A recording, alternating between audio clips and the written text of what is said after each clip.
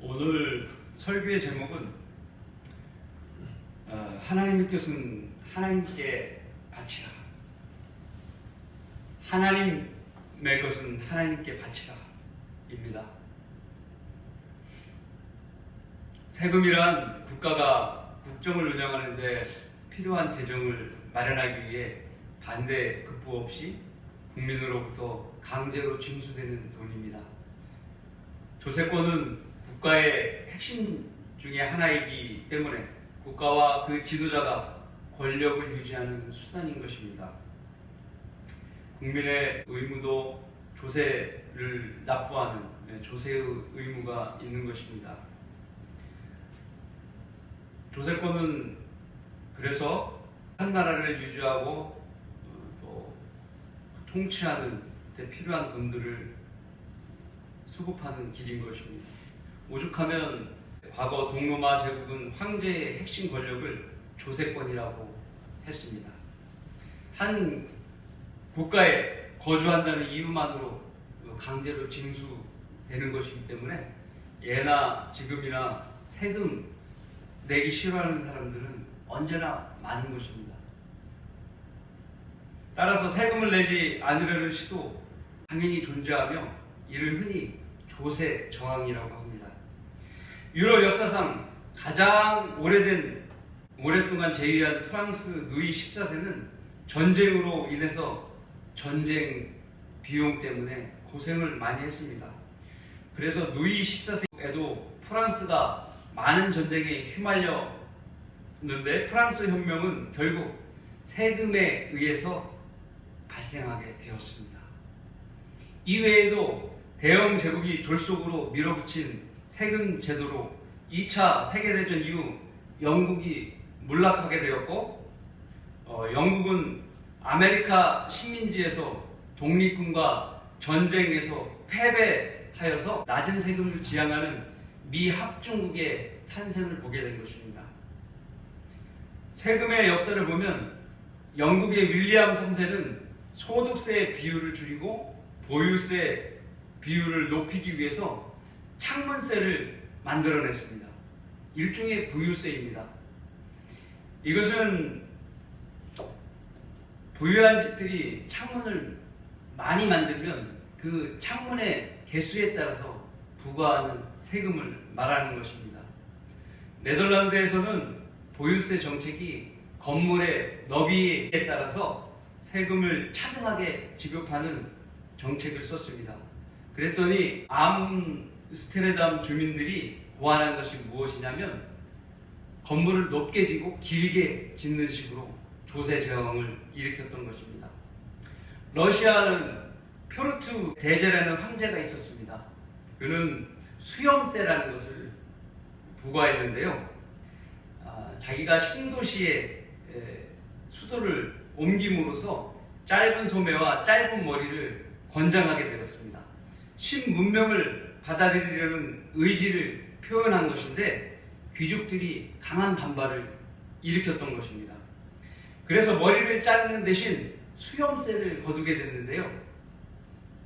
오히려 국민적인 호응을 얻게 되었습니다. 그래서 수염세가 많이 거치게 되는 결과가 있었습니다. 최근에는 지구온난화를 막기 위해서 유럽 나라들은 탄소세라는 아이디어를 냈습니다. 이는 기업이 제품을 생산하는 과정에서 배출하는 탄소 배출량에 따라서 내도록 하는 세금입니다. 배출 기준을 정하고 그 초과를 했을 때 사용량을 부과하는 정책입니다. 세금은 사실 코에 걸면 코걸이고 귀에 걸면 귀걸이가 되는 정책입니다. 성경에서는 조세에 관한 내용을 살펴보면 예수님이 탄생하실 때 노마의 황제가 옥타비아누스였습니다. BC 63년부터 AD 14년까지 집권한 카이사입니다. 누가복음 2장 1절과 3절에는 그가 칙령을 내려서 로마 지배 아래에 있던 지역의 모든 사람들에게 조세 등록을 하게 했습니다. 따라서 그때 모든 사람이 각기 자기 고향으로 조세를 등록하러 가야 했습니다. 조세 등록이라는 표현은 한글 킹제임스 성경에 보존되어 있는 바른 말씀이며 영어 킹제임스 성경에는 texting 그리고 be texted로 기재되어 있어서 바르게 이렇게 번역을 했습니다. 반면 개혁성경과 개혁개정을 비롯한 변개된 성경은 다 호적하러 가는 것으로 변개시켰습니다. 그들이 왜 변개를 시켰냐면 재림 때 적그리스도가 와서 세금을 걷게 되는데요. 이 첫 3년 반 동안 세금을 올리는 정책을 피게 됩니다. 그런 적그리스도의 정책을 가리기 위해서 변개를 시킨 것입니다. 오늘 마가복음 본문의 말씀을 통해서 알 수 있는 것은 주님의 초림 때는 로마의 제정시대였습니다. 이때에는 유대인들은 카이사에게 세금을 바쳐야 했습니다. 예수님을 매우 못마땅하게 생각했던 바리새인들은 주님을 책잡기 위해서 시험을 한 것입니다. 그래서 주님이 세금에 대한 어떤 입장을 갖고 계신지를 알고자 해서 그들은 세금을 내야 됩니까? 말아야 됩니까? 라고 질문한 것입니다. 그래서 주님은 기지를 발휘해서 현명한 답변을 하신 것입니다. 한 데나리온에 이 형상과 새겨진 글이 누구의 것이냐라고 반문을 하셨습니다. 카이사의 것은 카이사에게, 하나님의 것은 하나님께 바치라라고 주님께서는 세금에 대한 본인의 입장을 명확하게 밝히신 것입니다. 이외에도 마태복음 17장 26절과 27절에는 예수님께서 주님이 왕국의 왕이시기 때문에 제자들은 왕국의 자손이라 세금을 내지 않아도 된다고 말씀을 하셨는데, 이것은 제자들이 왕국의 자녀라는 그 인식을 명확하게 하기 위해서 가르쳐 주신 것인데, 뒤에 하신 말씀은 무엇이냐면 지금은 아직 주님의 왕국이 아니기에 사람들을 실족시키지 않게 하기 위해서 세금을 내야 한다고 말씀하신 것입니다. 그래서 주님께서 또한 세금 낼 돈을 주님의 방법대로 마련해 주셨어요. 그것이 무엇이냐면 베드로에게 바닷가에 가서 낚시를 해서 걸려온 그 물고기 안에서 동전을 가지고 세금을 내라고 한 것입니다. 그 물고기는 바닥에 떨어져 있던 돈을 입에다 물고 첫 번째로 낚시에 걸려든 그런 물고기인데, 예수님께서 그 물고기가 그렇게 동전을 물고 첫 번째 걸려들도록 유도를 한 겁니다. 그러니까 하나님의 능력으로 이 세금을 낼 수 있게 하신 것입니다. 로마서 13장으로 본다 하더라도 세상의 세금은 하나님의 정하신 권세에서 나온 것들 안에 포함됨으로써 성경대로 준수해야 할 내용이 분명한 것입니다. 오늘 말씀을 통해서 우리는 카이사의 거에는 많은 관심을 둘 필요가 솔직히 없어요. 그것은 하나님의 것이 아니기 때문입니다. 세상과 일치하지 않고 살아가는 그리스도인들은 하나님의 것에 관심을 둬야 되기 때문인 것입니다. 여러분은 하나님의 것이 무엇인지 궁금하지 않습니까? 주님의 말씀대로 카이사의 것은 카이사에게, 하나님의 것은 하나님께 바치라 라고 한 말씀대로 하나님께 바칠 하나님의 것이 무엇이 있는지 알아보고자 합니다. 하나님께 바칠 하나님의 것은 무엇입니까? 첫 번째, 우리의 몸입니다. 또한 너희 몸은 너희가 하나님으로부터 받은 바 너희 안에 계신 성령의 전인 것을 알지 못하느냐? 너희는 너희 자신의 것이 아니니라. 너희는 값을 치르고 산 것이니. 누구의 값이에요? 예수 그리스도의 피값이죠. 그러므로 하나님의 것인 너희 몸과 너희 영으로 하나님께 영광을 돌리라. 고린도전서 6장 19절 20절 말씀입니다. 우리의 몸은 하나님의 것입니다. 왜냐하면 하나님께서 죄들 간에 죽은 우리를 예수 그리스도의 피값으로 지불하여 사셔서 지옥으로부터 구원해 주셨기 때문인 것입니다. 그 구원을 받은 우리의 몸은 믿고 영접 기도할 때 들어오신 성령의 전, 즉 집이 된 것입니다. 만일 어떤 이 안에 성령이 살지 않으시면 아직 하나님 것이 아닌 것입니다. 그는 공중권세의 통치자 마귀의 것인 것입니다. 그러나 우리는 그런 사람과 달리 성령께서 우리 안에 거하심으로 완전히 마귀의 속박에서 벗어나 자유를 얻은 것입니다. 하나님의 말씀에 따라 하나님의 뜻에 순종하는 일만 남은 것입니다. 그런데 성도가 죄를 짓고 음행을 저지르면 하나님께 반역을 하는 것입니다. 이와 달리 우리가 우리 몸을 하나님께 드리는 것은 하나님을 기쁘게 해 드리는 것입니다. 아프리카 오지로 나간 영국 선교사 리빙스턴이 있었습니다. 그는 사명감으로 열대 대륙에서 최선을 다해서 헌신하고 있었습니다. 영국에 있는 리빙스턴의 친구들은 어떻게 그를 도울 것인가 궁리했습니다. 그래서 그에게 문의하려고 아프리카에 편지를 보내게 된 것입니다. 우리가 자네를 도와 같이 자네의 헌신을 도울 친구 몇 명을 그곳으로 보내려 한다네. 자네가 있는 곳으로 가려면 어떤 길로 가야 좋은가? 가장 좋은 길을 내게 알려주게. 이렇게 편지를 썼던 것입니다. 리빙스턴의 답장은 이곳까지 오는 길이 있어야만 오겠다는 사람들이라면 의미가 없다네. 나는 길이 없어도 오겠다는 사람을 원한다네. 라고 거절을 했습니다. 수많은 선교사들이 인도로 버마로 중국 등지에 자신과 가족들을 주님께 의탁하며 헌신하였습니다.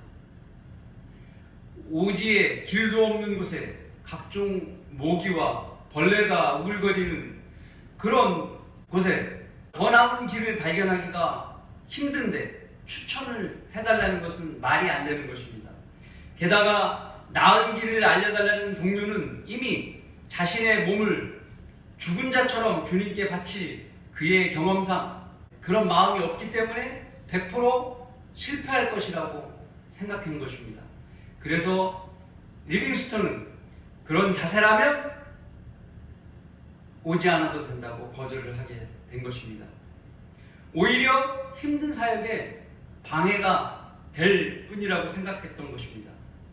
그러므로 형제들아, 내가 하나님의 모든 자비하심으로 너에게 권고하노니 너의 몸을 하나님께서 기뻐하시는 거룩한 산제물로 드리라. 이것이 너희가 드릴 합당한 예배니라. 로마서 12장 1절의 말씀입니다. 살아있는 제물이어야 합니다. 죽은 제물은 아무것도 할 수 없습니다. 땅속에서 썩은 제물로서 아무 역할도 할 수 없으므로 살아있을 때 주님께 자신을 드려야 한다는 것입니다. 그런데 말이 산제물이지. 어려운 일이에요. 산채로 주님께 십자가에 달려지는 것이 산제물을 의미하는 거예요. 이것이 주님이 기뻐하시는 제물입니다. 왜 합당한 것입니까? 그것은 나를 지옥으로부터 건져서 구원해 주셨기 때문에 합당한 것입니다. 그래서 주님께 내 몸을 드리는 것은 매우 합당한 것입니다. 반대로 자기 몸을 자기 것으로 인정하는 것은 하나님께 합당치 않다는 말과 같은 뜻이에요.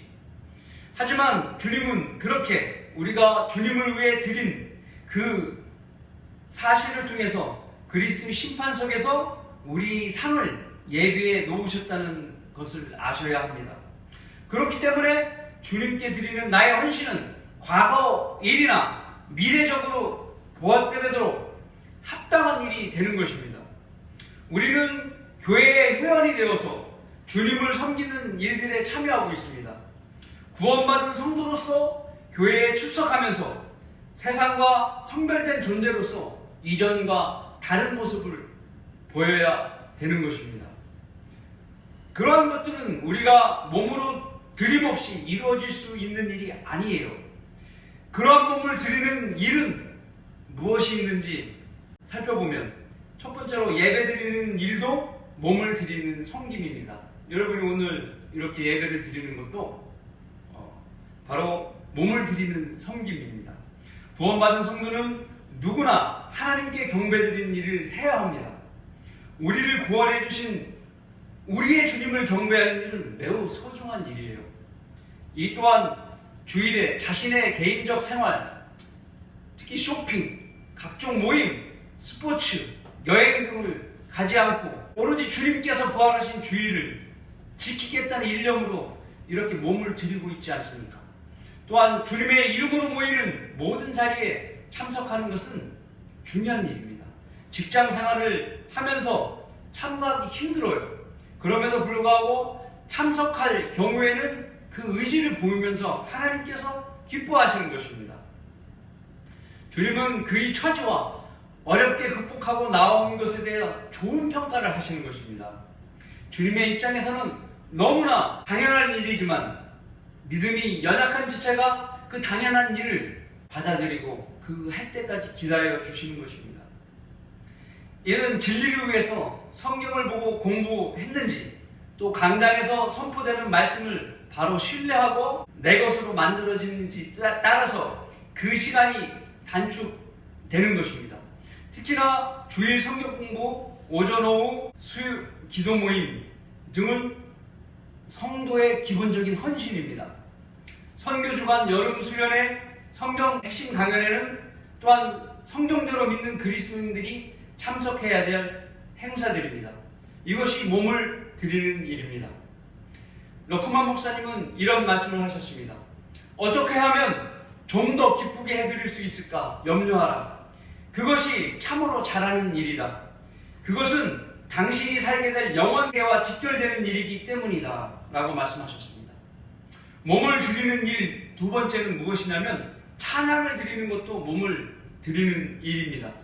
우리가 찬양을 드리는 일들을 하나님께 입술로 하지 않습니까? 이것을 경배의 수단이라고 얘기하는 것입니다.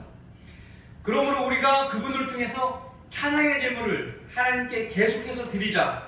이것이 그의 이름에 감사하는 우리의 입술의 열매니라 이렇게 말씀하고 계십니다.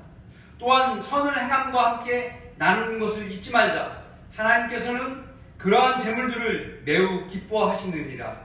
히브리서 13장 15절 16절의 말씀입니다. 이것들은 눈에 보이는 제물이 아니라 영적 제물입니다. BC 800년 전에 호세아 기록에 따르면 구약의 어떤 유대인들은 문자적인 송아지 제사가 때로는 입술로 드리는 송아지 제사만큼 선하지 못할 수도 있다는 것을 알았습니다.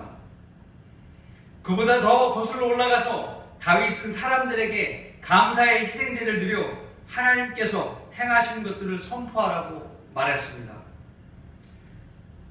몸으로 드리는 세 번째, 물론 복음을 전하는 일은 실제적으로 몸을 드리는 일입니다.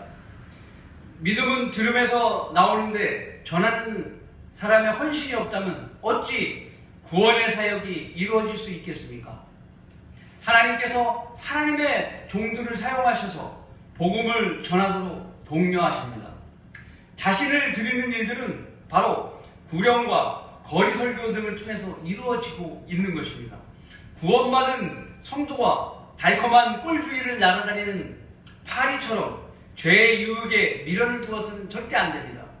과거에 즐기고 좋았던 세상적인 것들을 멀리해야 합니다. 오직 자신 안에 죄가 군림하지 못하도록 하고 하나님의 영적 군사로서 복음을 전하는 의의 일에 자신을 병기로서 내어 놓아야 하는 것입니다. 그러므로 너희는 죄가 너희 죽을 몸 안에서 군림하지 못하게 하여 몸의 정욕 가운데 죄에게 순종하지 말고 또 너희 지체를 불의의 병기로 죄에게 내어주지 말고 다만 너희 자신을 죽은 자로부터 살아난 자들처럼 하나님께 드리며 너희 지체를 의의 병기로 하나님께 드리라. 로마서 6장 12절 13절 말씀입니다. 죄는 자신의 몸을 마귀의 먹잇감으로 내어놓는 것과 동일한 거예요. 한 번 지은 죄는 엄청난 좌멸감을 일으키고 구원의 간증까지 잃어버리게 만드는 것입니다. 마귀가 바라는 거예요.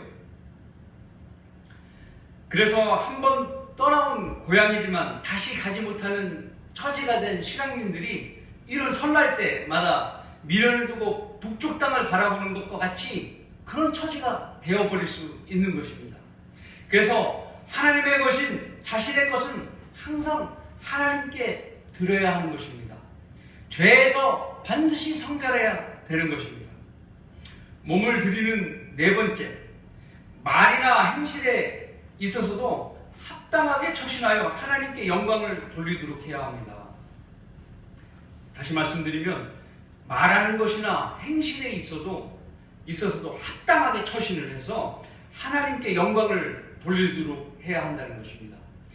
내 말이 믿는 자의 말처럼, 하나님을 섬기는 자의 말처럼 해야 된다는 거예요.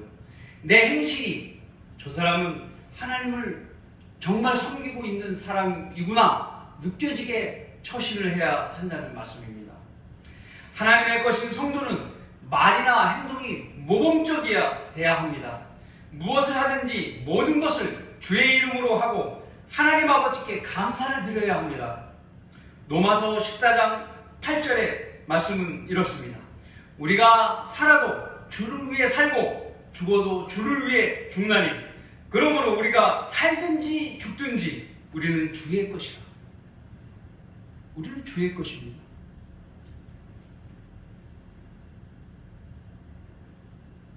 이 말씀을 항상 마음에 간직하면서 말이나 행동에 있어서 하나님께 영광을 돌릴 수 있도록 해야 합니다. 그러면 우리 몸이 하나님의 것이라는 것을 항상 잊지 않게 될 것입니다. 하나님께 바칠 하나님의 것은 무엇입니까? 두 번째, 주님의 것인 11조입니다. 하나님의 것은 11조입니다. 만군의 주가 말하노니 너희는 모든 11조를 창고에 들여와 내 집에 식량이 있게 하고 이제 그것으로 나를 시험하여 내가 하늘의 창문들을 열어 너희에게 복을 부어주지 않나 보라. 보라.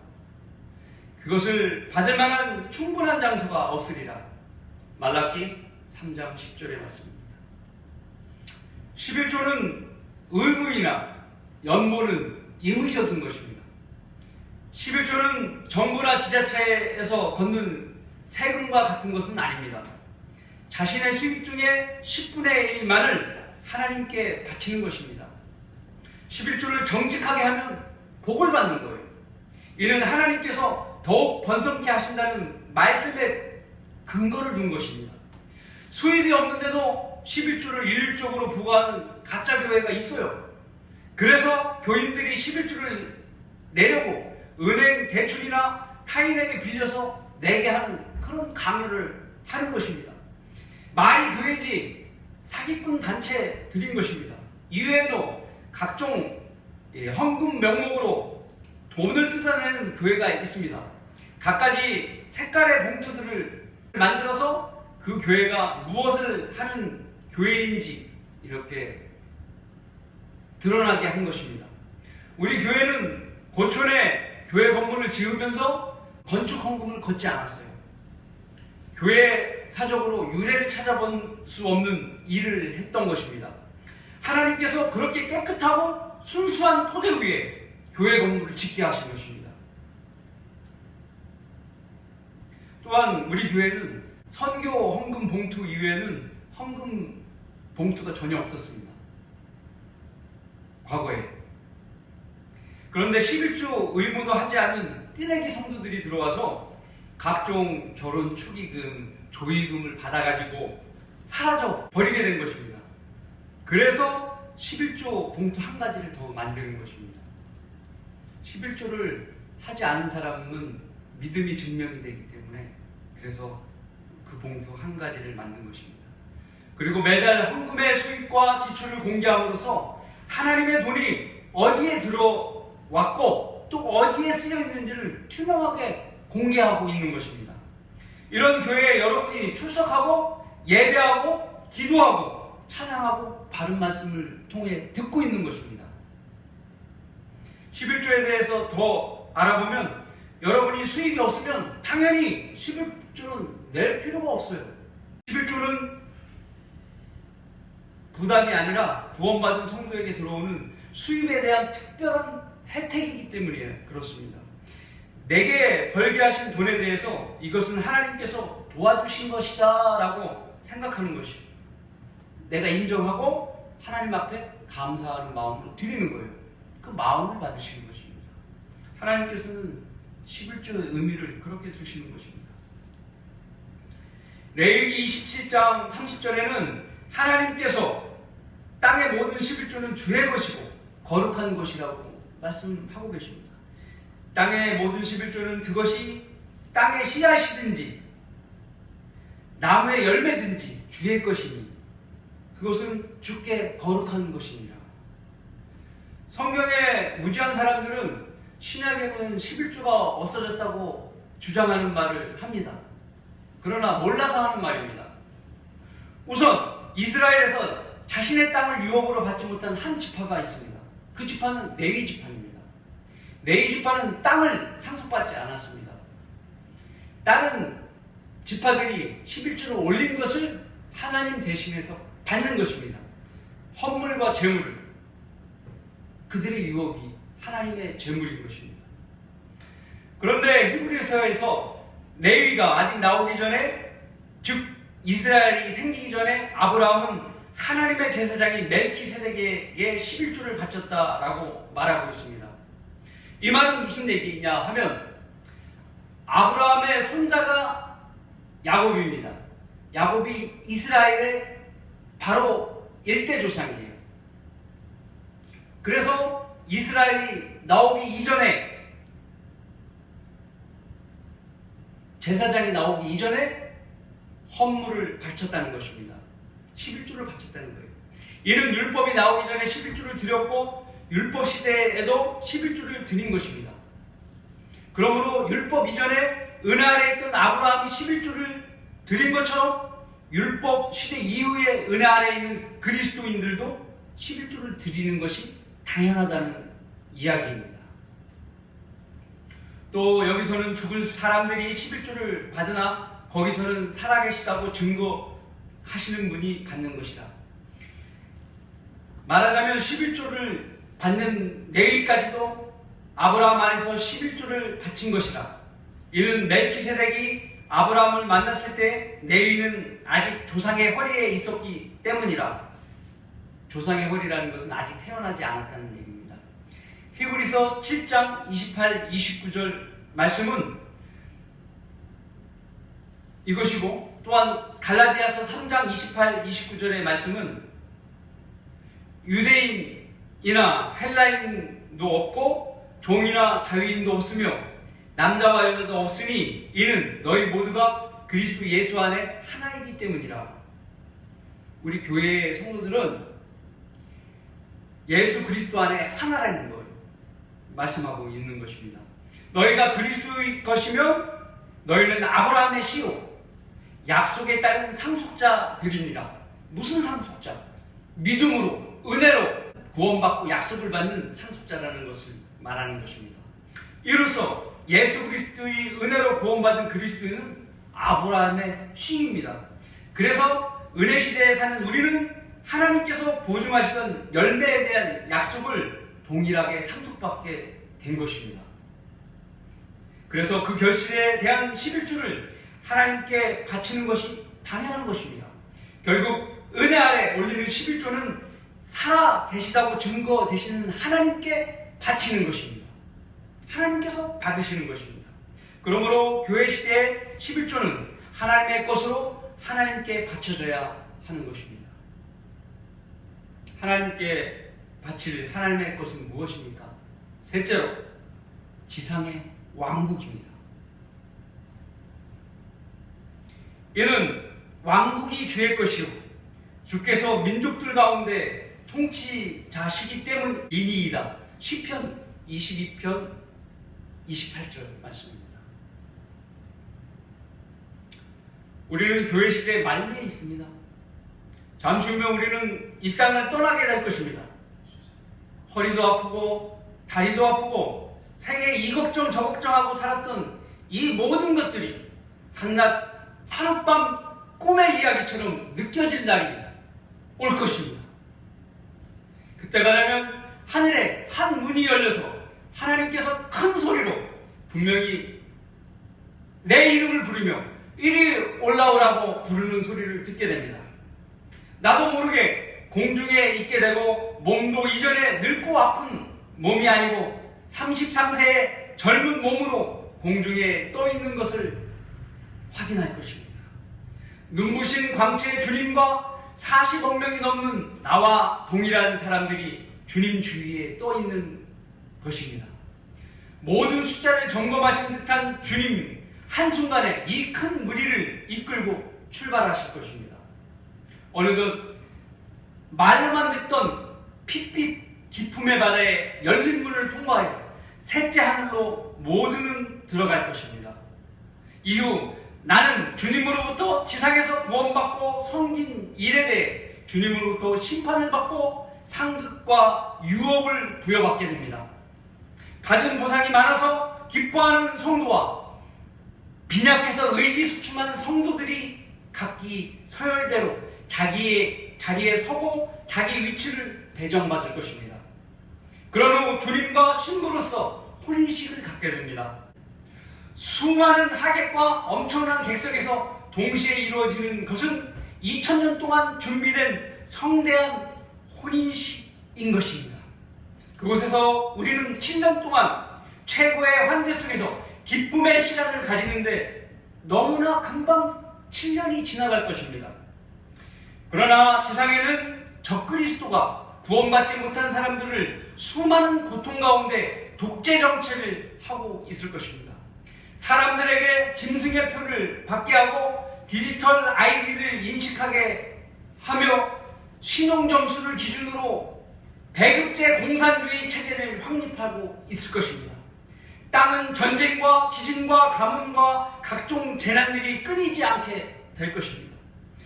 그러니 먹을 것이 부족하여 움직이는 것이라면 모든 것을 사냥하게 될 것입니다. 주님을 거부했던 무신론 자들도 고작 잘난 자존심이 폭력 앞에 굴복당하여 적그리스도를 숭배하게 될 것입니다. 그렇지 않으면 먹을 것이 없기 때문입니다. 마지막 유대인들의 남은 환란 성도의 추수가 마무리가 되면 7년이 차게 될 것입니다. 주님은 적그리스도가 점령한 땅으로 내려와 아마게돈의 대전쟁을 승리로 이끌 것입니다. 주님의 능력의 칼이 순식간에 2억 명의 군대를 전면시킬 것입니다. 우리는 주님의 뒤를 따라 다니면서 주님을 찬양하며 대열을 유지할 것입니다. 이제 주님은 왕국을 세우실 것입니다. 이 왕국은 만물이 신음하며 기다리던 왕국입니다. 세상을 미혹하던 마귀를 주님은 1000년 동안 깊은 구렁이에 가둘 것입니다. 그리고 의와 화평이 넘치는 만물이 회복된 천년 왕국을 아버지께 바칠 것이며 주님은 예루살렘 성전에 앉아 1000년 동안 통치할 것입니다. 그 후에는 끝이 오리니 주께서 모든 정사와 모든 권세와 능력을 패하시고 그 왕국을 하나님 곧 아버지께 바칠지라.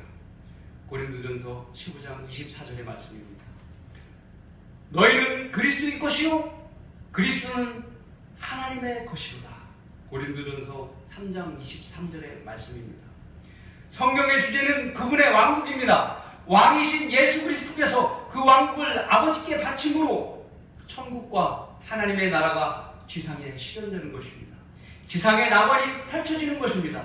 이 일을 이루시는 것은 오직 예수 그리스도께서 지상으로 재림하심으로 이루어지는 것입니다. 꿈같은 이야기가 아니고 실제 일어날 일을 여러분에게 말씀드린 것입니다.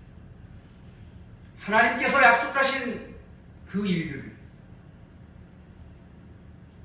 그러한 왕국의 모습은 어떤지 여러분 잠시 눈을 감고 들으셔도 좋겠습니다. 또한 이리가 어린 양과 함께 거하며 표범이 새끼 염소와 함께 누울 것이요 송아지와 어린 사자와 살찐 짐승이 함께하며 어린아이가 그들을 이끌리라. 암소와 곰이 함께 먹으며 그것들의 새끼들이 함께 누울 것이요 사자가 소처럼 짚을 먹으리라. 또 젖먹는 아이가 독사의 굴에서 장난하며 젖된 아이가 독사의 굴에 손을 넣으리라. 그들은 나의 모든 거룩한 산에서 해치거나 파괴시키지 않으리니 이는 마치 물들이 바다를 덮음같이 세상이 주의 지식으로 충만할 것임이니라. 이사야서 11장 6절로 9절의 말씀입니다. 너무 아름답죠? 모든 천적의 관계가 사라지고 평화의 땅이 되며 더 이상 주님에 대해서 알려고 묻는 자가 없습니다. 이로써 하나님이 될 것인 왕국은 아버지께 바쳐질 것입니다. 결론을 맺습니다. 이 땅에 세워질 모든 권력은 하나님의 허락 없이는 세워질 수가 없습니다. 이 땅의 모든 것은 다 주의 것이며 잠시 머물도록 허락된 것뿐입니다. 이는 땅과 거기에 충만한 것이 다 주의 것이기 때문이라. 고린도전서 10장 26절 말씀입니다. 인간이 어떠한 소유권을 주장한다 해도 그의 연수는 고작 강건하면 80살을 살 뿐입니다.